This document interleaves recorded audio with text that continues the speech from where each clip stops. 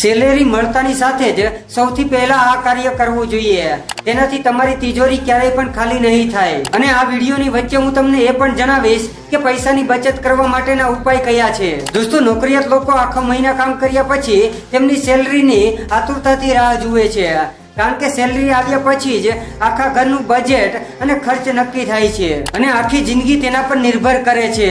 અને ઘણા લોકો વધુ પૈસા કમાવા દિવસ અને રાત મહેનત કરે છે અને પોતાના પરિવારની તમામ જરૂરિયાતને પૂરી કરવા માટે તમામ પ્રયાસ કરે છે. તે પછી નોકરી કરતો હોય કે પછી વેપાર કરતો હોય, તે શક્ય હોય તેટલું વધુ કમાવાનો પ્રયાસ કરે છે અને કેટલીક વાર સુખ સુવિધા માટે જરૂરિયાત કરતા વધારે ખર્ચ કરે છે.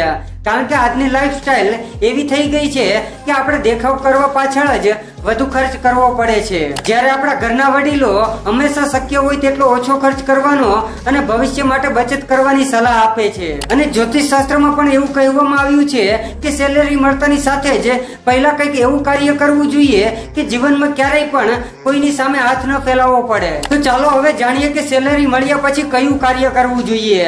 તે પહેલા આ વિડીયોને લાઈક કરી દેજો, અમારી ચેનલમાં નવા હોય તો તેને સબસ્ક્રાઇબ કરી દેજો અને કમેન્ટમાં જય માતાજી લખી દેજો. જ્યોતિષ અને ધાર્મિક શાસ્ત્રમાં પણ ઉલ્લેખ કરવામાં આવ્યો છે કે માણસે બિનજરૂરી ખર્ચ પર નિયંત્રણ રાખવું જોઈએ. તમને તમારો પગાર મળે ત્યારે તમારે પહેલું કામ એ કરવું જોઈએ કે તમારી ક્ષમતા મુજબ કંઈક દાન કરો. ધાર્મિક શાસ્ત્રમાં દાનને સૌથી મોટું પુણ્ય માનવામાં આવે છે અને વ્યક્તિએ પોતાની ક્ષમતા મુજબ દાન જરૂર કરવું જોઈએ. એવું કહેવાય છે કે વ્યક્તિએ તેના પગારમાંથી 10% દાન કરવું જોઈએ.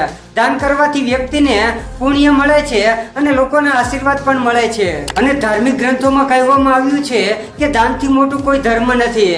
જ્યારે પણ તમને તમારો પગાર મેળવો છો ત્યારે તમે જરૂરિયાતમંદોને ભોજન, કપડાં વગેરે દાન કરો છો તો તમને ઉચ્ચતમ ફળની પ્રાપ્તિ થશે. અને ધાર્મિક પુરાણોમાં દાનનું વિશેષ મહત્વ માનવામાં આવ્યું છે અને ઘણા પુરાણમાં એવા ઉદાહરણ પણ આપવામાં આવ્યા છે કે જેમાં લોકો બધું જ દાન કરી દીધું હતું. ધાર્મિક ગ્રંથોમાં સૌથી મોટું ઉદાહરણ રાજા હરિશ્ચંદ્ર છે, જેમણે માત્ર પોતાનું સમગ્ર રાજ્ય જ દાનમાં નહોતું આપ્યું, પરંતુ દક્ષિણા આપવા માટે ચાંડાલને ત્યાં પણ કામ કર્યું હતું. અને આ ઉપરાંત પૌરાણિક કથાઓ અનુસાર રાજા બલિએ વામન અવતારને 3 ડગલામાં ધરતીના 3 લોક અને પોતાને પણ દાન આપી દીધા હતા. કહેવાય છે કે દાન કરવાથી વ્યક્તિ કદી નાનો નથી થતો, પરંતુ તેના મૃત્યુ બાદ મોક્ષની પ્રાપ્તિ થાય છે. તેથી દરેક વ્યક્તિએ પોતાના ખિસ્સા પ્રમાણે દાન કરવું જોઈએ, જેથી કરીને તે વ્યક્તિને દેવી દેવતાઓના આશીર્વાદ પ્રાપ્ત થતા રહે. અને હવે હું તમને પૈસા બચાવવા માટેના 3 ઉપાય બતાવું છું જે તમારે ગુરુવારે કરવાના છે.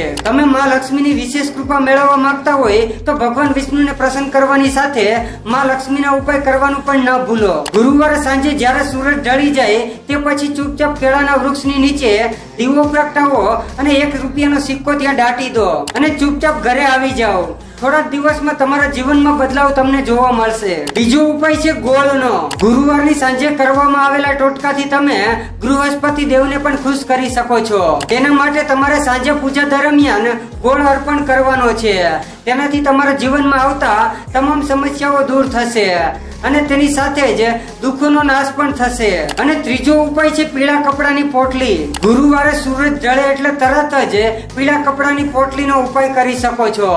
પીળી પોટલી બનાવવા માટે પીળા રંગનું એક કપડું લો, તેમાં 1 રૂપિયાનો એક સિક્કો નાખો, 7 હળદરની ગાંઠ નાખો, 1 ગોળનો નાનો ટુકડો નાખો અને તેની પોટલી બનાવીને પોટલીને સાંજના સમયે રેલવે લાઈન પાસે મૂકી દો, અથવા તો તમે મંદિરની પાસે પણ મૂકી શકો છો. આવું કરવાથી તમારા અધૂરા કામ પૂરા થવા લાગશે અને મનોકામનાઓ પણ પૂરી થવા લાગશે. અને આ ઉપરાંત આર્થિક સમસ્યાઓથી પણ છુટકારો મળશે. જય માતાજી.